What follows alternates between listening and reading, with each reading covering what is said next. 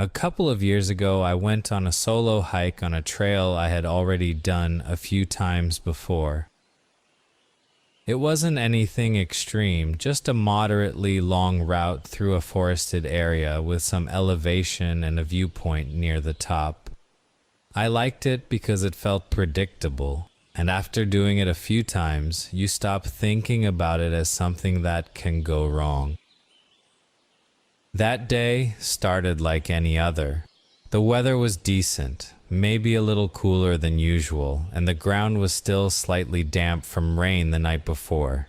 It wasn't muddy, just that thin layer of moisture that makes everything feel a little less solid than it looks. I set off late in the morning, and for the first part of the trail, everything felt completely normal. There were a few other hikers around, mostly people heading in the opposite direction, and nothing about the environment felt off or unsafe. After about an hour, the trail narrowed as it moved into a more wooded section. The trees were closer together, and the ground changed from packed dirt to a mix of roots, rocks, and loose gravel. It's the kind of terrain where you naturally slow down a bit, but it still feels manageable. At one point, I stepped on a flat rock near the edge of the path, and it shifted under my weight more than I expected. It didn't slip out completely, but it moved enough to make me stop and look down for a second. The rock wasn't embedded in the ground like the others. It was just resting on smaller stones, slightly unstable, like it had been placed there instead of formed there.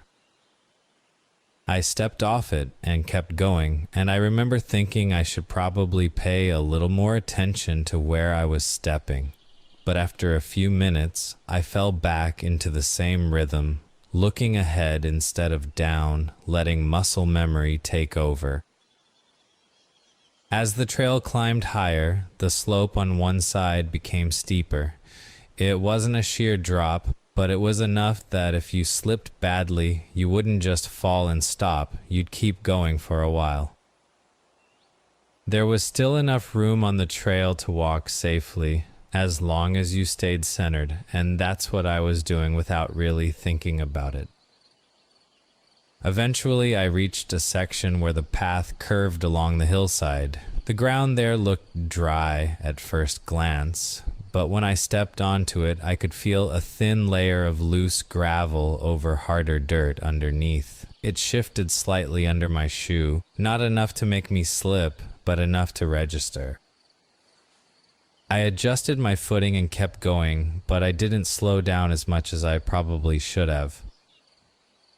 A few steps later, I saw another flat rock in the middle of the trail. It looked almost identical to the one from earlier, but I didn't connect the two at the time. I just stepped onto it without thinking. This time, it didn't just shift.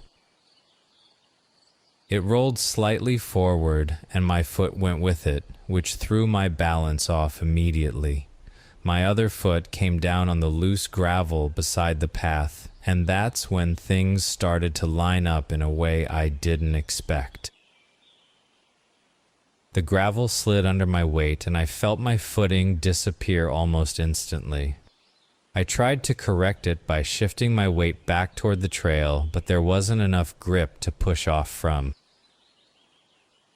I reached out toward a nearby tree, aiming for a branch that looked solid enough to grab. My hand hit it, but the moment I put weight on it, it snapped. Not loudly, but cleanly, like it had already been weakened. At that point, I wasn't falling straight down. I was sliding sideways off the trail. My foot went over the edge, and the rest of my body followed, dropping onto the slope next to the path. For a second, I was half on the trail and half off, trying to stop myself from going any further. The ground beneath me was covered in small stones and loose dirt, and every movement just made it shift more.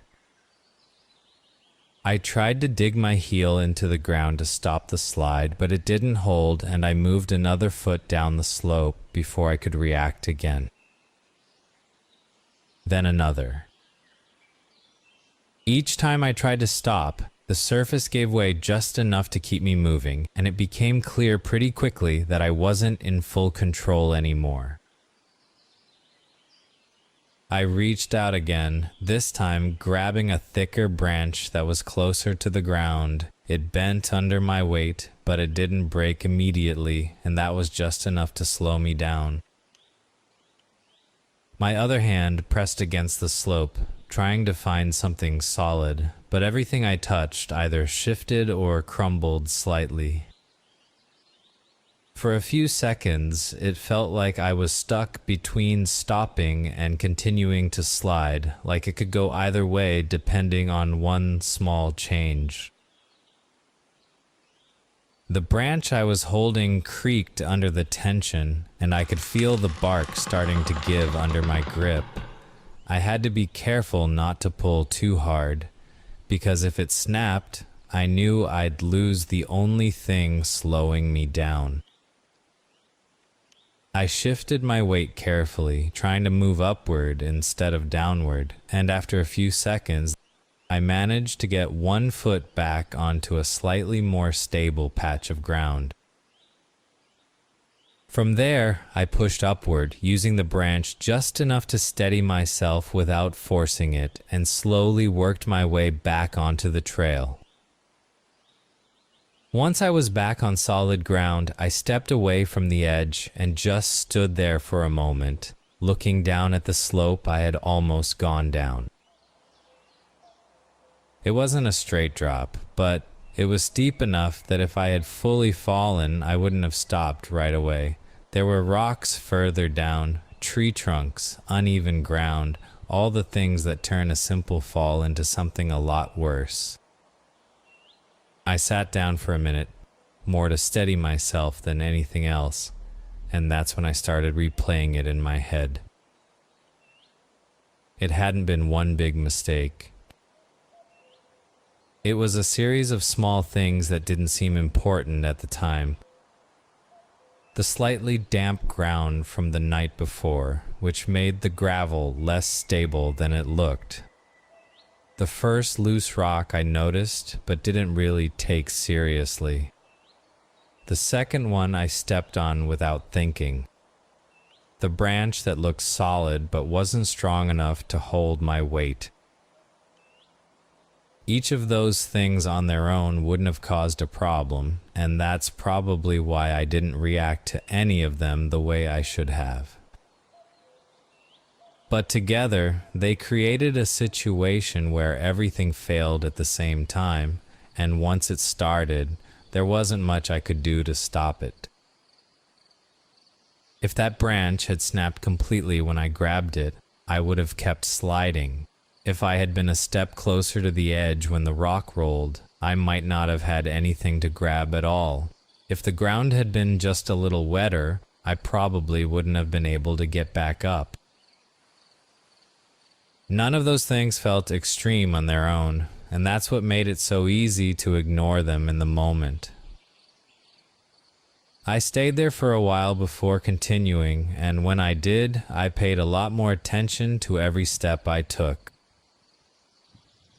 Not just the obvious hazards, but the smaller details, the way the ground felt under my shoes, the way rocks sat on the surface instead of being fixed into it, the way branches looked versus how strong they actually were. Ever since then, I don't treat familiar trails the same way. Because sometimes it's not the difficulty of the trail that matters. It's how many small things you stop paying attention to,